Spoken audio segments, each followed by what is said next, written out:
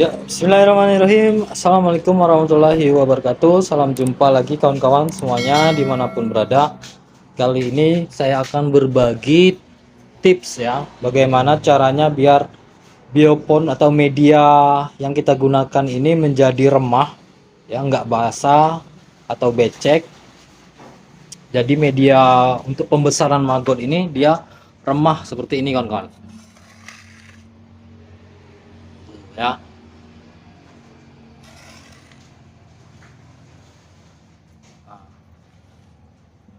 Ini kan kering ya, sedikit lembab. Nah, kalau untuk kasgotnya biasanya seperti ini. Nah, ini yang sudah dipanen, jadi meninggalkan kasgot. Jadi kasgotnya ini jangan dibuang kawan-kawan. Ini bisa kita manfaatkan sebagai pupuk organik ya. Bagus sekali untuk pupuk organik. Bisa kita tanam untuk tanam sayuran, tanam cabai seperti itu kan. Bahkan mungkin bisa kita jual sebagai pupuk organik ini kawan-kawan. Nah, langsung saja. Jadi kalau medianya kering seperti ini kawan-kawan, ini keuntungannya maggotnya nggak mudah kabur ya. Kalau medianya basah atau becek itu biasanya dia gampang sekali kabur maggotnya ini. Mereka akan manjat di dinding-dinding biopon itu karena basah. Mereka kurang suka dengan yang basah ya. Kemudian juga kalau medianya kering dia nggak menimbulkan bau. Tapi kalau basah ini sedikit menimbulkan bau ya, atau sangat-sangat bau mungkin kalau terlalu basah. Kalau terlalu lama basah dia akan sangat-sangat bau ya. Kalau kering seperti ini sama sekali nggak ada baunya. Oke, caranya gimana?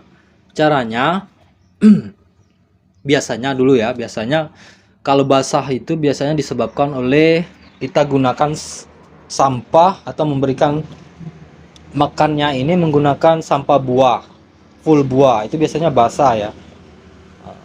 Jadi bagusnya memang jangan full buah, kita berikan juga sampah-sampah resto untuk makanannya biar dia remah seperti ini. Kalaupun kawan-kawan mau full menggunakan makannya ini menggunakan buah, itu harus diolah dulu.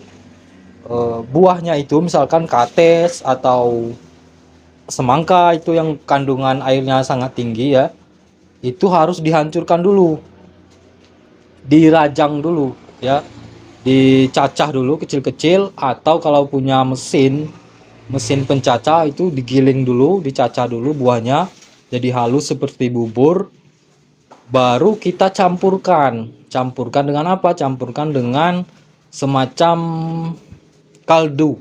kaldunya itu bukan kaldu untuk bakso atau makanan yang biasa kita makan ya, tapi kaldu maksudnya itu dari makanan yang basi, eh, bisa dari sampah-sampah makanan yang basi, kuah gulai yang basi misalkan seperti itu. Pokoknya makanan yang basi lah gitu kan. Kita campurkan, setelah jadi buahnya dihaluskan tadi kita campurkan dengan sampah resto itu. Baru kita berikan ke maggotnya. Itu biasanya akan habis terurai. Kalau kita nggak punya sampah resto untuk campurannya, itu kita bisa gunakan bumbu dapur. Bumbu dapur yang dimaksud itu seperti misalkan penyedap rasa ya, seperti Ajinomoto, Masako. Kita campurkan sedikit ke buahnya itu. Nah, setelah dihaluskan kita campurkan Ajinomoto atau Masako. Tapi sedikit unik ya. Kok bisa harus menggunakan itu, kok bisa jadi kering?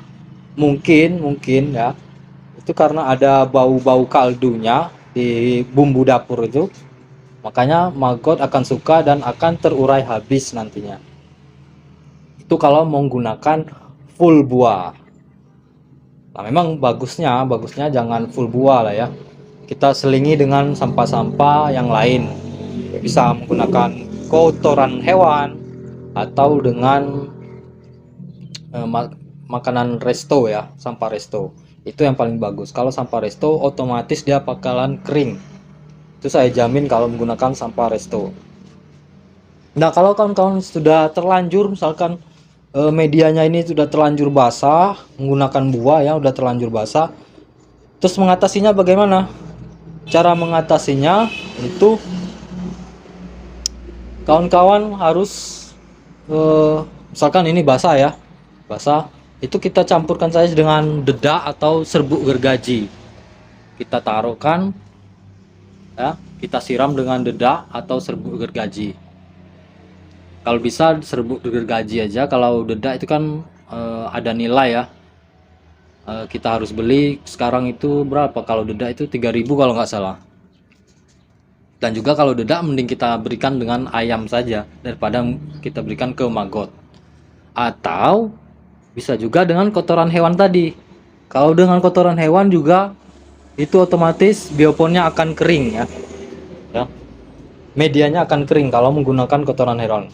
Kita taruh aja kotoran hewan, apa kotoran sapi, kotoran ayam. Kalau ini basah kita letakkan kotoran hewannya. Nanti kita biarkan beberapa saat, itu nanti besoknya akan kering. Kalau belum kering kita mungkin kadar airnya masih banyak, kita tambahkan lagi dengan kotoran hewan. Itu kalau menggunakan kotoran hewan.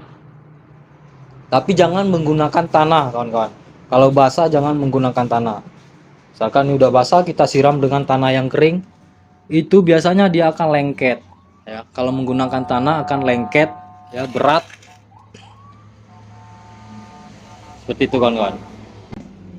Jadi ingat ya, kalau kita menggunakan buah jangan langsung diberikan bulat-bulat, kita potong-potong langsung kita berikan semuanya buahnya full buah, itu nanti pasti akan basah.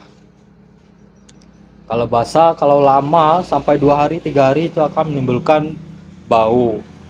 Tapi kalau kering nggak menimbulkan bau.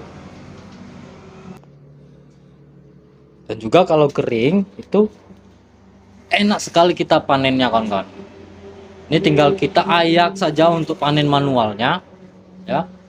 Diayak itu langsung bisa kita berikan ke ayamnya. Ini kalau medianya kering seperti ini ya.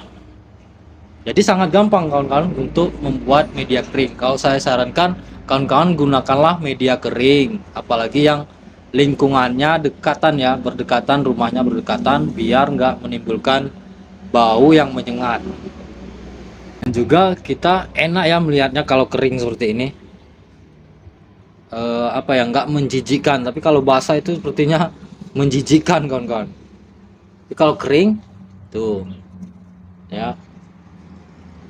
Nah, kalau kering seperti ini bisa kita berikan buah langsung, tapi jangan terlalu banyak ya. Kita berikan berapa titik, misalkan ada 8 titik sini, 1 2 3 4 5 6, kita seling-seling seperti itu. Itu kalau menggunakan buah.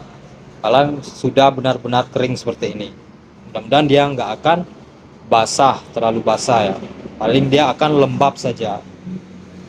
Oke kawan-kawan, itu saja tipsnya hari ini, mudah-mudahan bermanfaat. Jumpa lagi di next video. Assalamualaikum warahmatullahi wabarakatuh.